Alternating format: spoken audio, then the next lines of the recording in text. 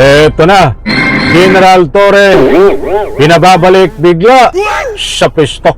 Aba, ay may nakalimutan. Kaya ito ay babalik. Ay nagkabistuhan na ho, mga kaibigan. At ito pa, ang mas matindi. DILG, Remulla, iimbestigahan na tungkol dito sa biglaan na pagtanggal kay General Torre. Ay yari ka ngayon, ha? Naku ho. At ito pa, mga kaibigan, like muna sa video na ito kung nagustuhan nyo po. Sabay-sabay po nating i-like ang video na ito. Sa lahat ng hindi pa nakasubscribe dito sa aking YouTube channel, please subscribe. Pwede rin po kayo mag-share ng video na ito. Eto, hanggang lumilipas ang araw, ay marami ho ang nakakamiss dito kay General Torre. Naku ho, ay nasan nga ba ngayon si General Torre? O, sino po ang nakakamiss dito kay General Torre? Kasi marami ho naghahanap sa kanya At napakarami rin ho ang gusto na bumalik siya bilang PNP chief. Mga mahal kong taga-subaybay, kayo ba? Pwede ko bang kunin ang inyong panig bago tayo dumiretso dito sa ating tatalakayin? Gusto ko munang kunin ang inyong panig. Pabor po ba kayo na ibalik sa pwesto bilang PNP chief itong si General Torre? Ano po man ang inyong reaksyon, bashers man o hindi, yan no sa comment section.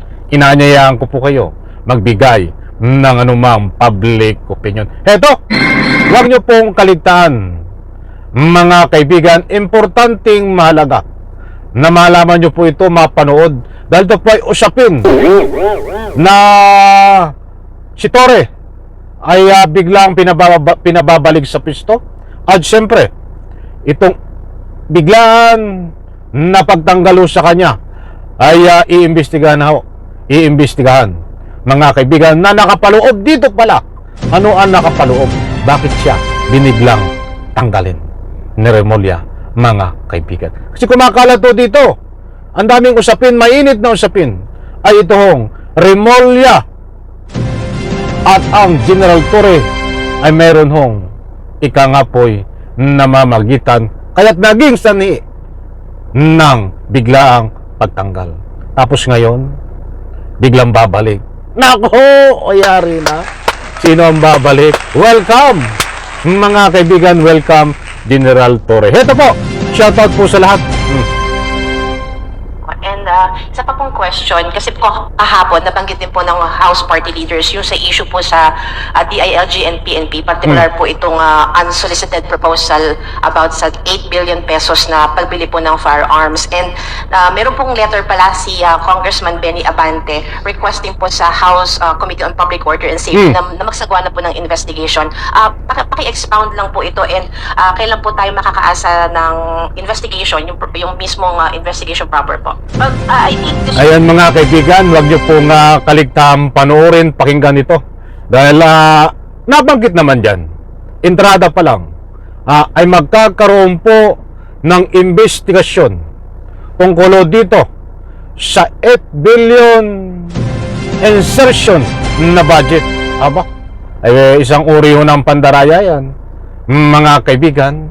At sa bandang gitna, mga mahal kong taga-subaybay, kaya huwag po kayong aalis. Dito ko ibabahagi sa inyo kung paano at biglang pinababalik sa pwesto itong si General Torre. Usapang pagbalik, di ba? Alakpakan mo na, mga mahal kong taga-subaybay.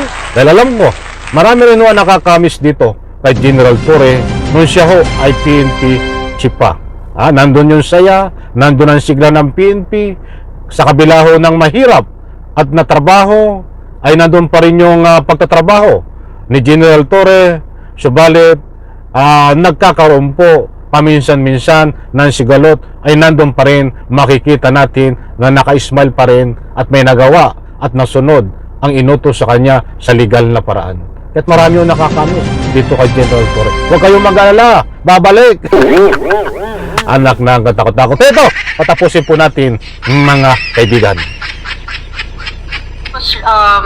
Sent out today, no, na mayroong letter as member of the Committee on Public Order and Safety, si Congressman Abante, addressed to Congressman Roland Valeriano, na magkaroon ng sariling investigation ang committee regarding dun sa if I can read it, to initiate a formal investigation on the attempted insertion of 8 billion pesos in the PNP budget for 2026 for the purchase of guns and ammunition. Marami-rami po yun. 8 billion, mga kaibigan. Ay kaya pala naman, ayaw pirmahan ito ni General Torre. Ngayon tanggal ka. Tapos babalik, di ba? Ay, ano ang dahilan talaga, mga kaibigan? Ito po. In violation of the procurement law and RA number 6975 as amended by RA 9 number 8551. Binanggit din to ni Congressman Valeriano kahapon na as chairman that he will initiate an investigation. So binanggit niya din kahapon na we can expect na baka by next week magsisimula yung kanyang investigation. So we will have to wait kung yung Ayan mga kaibigan, maliwanag po na magkakaroon ng sariling investigasyon diyan sa Kamara. Mayroon po mga nabanggit na pangalan diyan kung sino-sino ang mag-iimbestiga tungkol dito sa 8 billion budget insertion na ibibili ng armas ng kapulisan na yan ang naging dahilan di umano tungkol dito sa pagtatalsik, sa pagtanggal sa pwesto bilang PNP chief ni General Torre.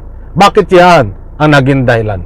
Dahil ayaw pirmahan ni General Torre itong papel na ito, itong dokumento na ito na pinipilit papirmahin ni Remulla, subalit ayaw naman ni General Torre datapuat sa puntong iyan ay bigla siyang tinanggal. Yan ho ang lumalabas na mainit na usapin na naging dahilan kung bakit biglang tinanggal si General Torre. Kaya mga mahal kong taga-subaybay, tungkol sa binahagi ko po sa inyo, napakaliwanag ay magkakaroon na ng investigasyon. Anak ko, ano kaya ang lalabas sa investigasyon dito, mga kaibigan? Abangan po natin dahil dito ay apira din ng taong bayan ang iniligtas ni General Torre. At ay salot General Torre. Kung ito ang tunay na dahilan, 8 billion, gaano karami yan na biglang isiningit sa budget ho. Doon pa lang sa pagsingit ay isang uri nang ito ay pandaraya. Bakit mo isisingit? Bakit hindi mo dumaan sa legal na alam ng bawat isa? Di ba? Sa makatuwid, hindi alam ni General Torre yan na isiningit sa budget. Kaya nga ayaw niyang pirmahan. Sa pagsingit pa lang, mga kaibigan, ay napakapangit na kaugalian ng isang mga nanunungkulan katulad ng DILG, katulad ng mga senador din na yan, na isisingit mo ang budget pero napakalaki ang usapin dyan. Bakit mo isisingit? Isang uri ng pandaraya. Tama lang na hindi pirmahan ni General Torre. Eto na, mga kaibigan, bakit nasabi natin na babalik sa pisto at pinababalik si General Torre? Mga kaibigan, importanteng mahalaga ang inyong public opinion. Kaya't binibigyan kong pansin ang mga public opinion dito kahit saan umikot ako na malaking stream media, social media, at sa kay General Torre na mga ika nga po'y social media account, Facebook, o saan man panig na mayroon pong kinalaman ang anumang kaugnayan kay General Torre. Maging ang taong bayan, kahit dito sa upload ko na ito, dyan sa comment section, ang sinasabi ho, napakarami. General Torre, kailangang ibalik ka sa pwesto. Kailangan ka ng Pangulong Bongbong Marcos. Bakit ka tinanggal? Kung ang dahilan lang, nandito pa, marami nagbibigay ng public opinion. Kung ang dahilan lang ay ang pagpirma mo o ang hindi pagpirma diyan sa 8 billion na pambili ng armas, isa kang bayani na dapat tularan, na dapat ipaglaban mo yan, General Torre. Dapat ibalik ka sa pwesto. Ang dami ho, nagbibigay ng anumang public opinion. Hindi ko nababasahin, kukulangin tayo sa oras. Kaya sa puntong ito, hindi po tayo nagpapakalat ng anumang fake news. Kung nasabi ko po, nababalik sa pwesto, yan ho ay pawang mga public opinion, mga kaibigan. At yan din ho, ang sinasabi ng ilang mga analyst, kailangang makabalik din siya sa pwesto. Dahil kailangan siya ng pamahalaan, mga kaibigan. Sanlay ko sa video na ito. Maraming salamat.